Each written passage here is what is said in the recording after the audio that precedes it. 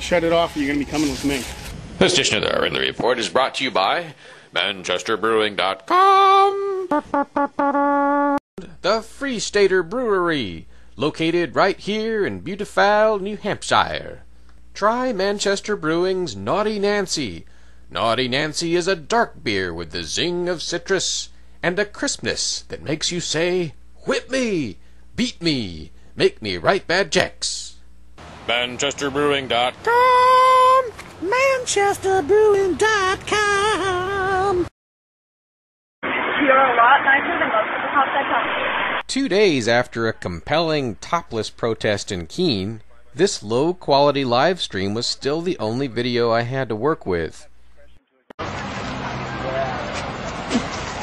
That, sir, is private property. 36 hours after this infamous spitting event, the incident hadn't even been seen on YouTube yet. That's because generally, when liberty activists shoot tape, they don't get it on the air very fast. Now that's fine if you're shooting a video about your cat chasing a mouse. But if the event is time sensitive, if it's something that has a chance of being in the mainstream media, you want to put it on the air a lot faster. Now obviously, I think it's just great these folks shot video at all, but there's no reason we can't do better with the video we shoot. For instance, if this spitting video outside a Barack Obama event had appeared on the air the same day it happened, it would have gotten a lot more hits, and it probably would have gotten some mainstream press attention. There's a reason why the term yesterday's news is popular. It's because if you put something on the air, the next day, it almost may be too late.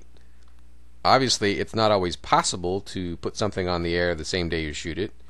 Lord knows there are plenty of things I shoot that I can't get on the air the same day. But here are some tips for making sure you can get your video on the air as soon as possible.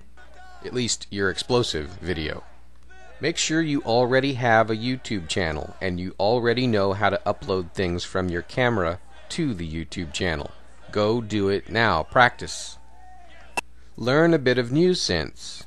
Be aware that any kind of confrontation or arrest or violent activity, that needs to be on YouTube immediately. Do not attempt to edit. Upload your video to YouTube raw, unless it will endanger someone. Obviously, nude video on YouTube would endanger your YouTube account. Or shots of a friend holding a bong would endanger them. But basically, other than that, you probably want to put your video on raw. If you're really serious about speed, you want to go to quick.com and set up your smartphone for live streaming. That's spelled QIK.com. But anyway, don't wait until after you've got a hot video to try and figure all these things out. Learn the YouTube system now.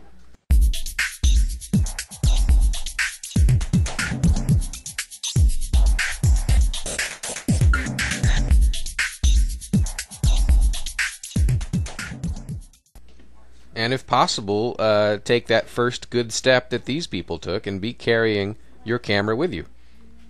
It's just that you need to also know that next step, how to get it on the air fast, while the mainstream media is still interested.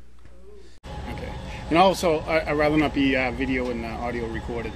This incident featured, I think, the way to do it right. Cooper Travis got himself arrested on his own property for videotaping a cop, but he made sure to have his video on the air, I think, the same day.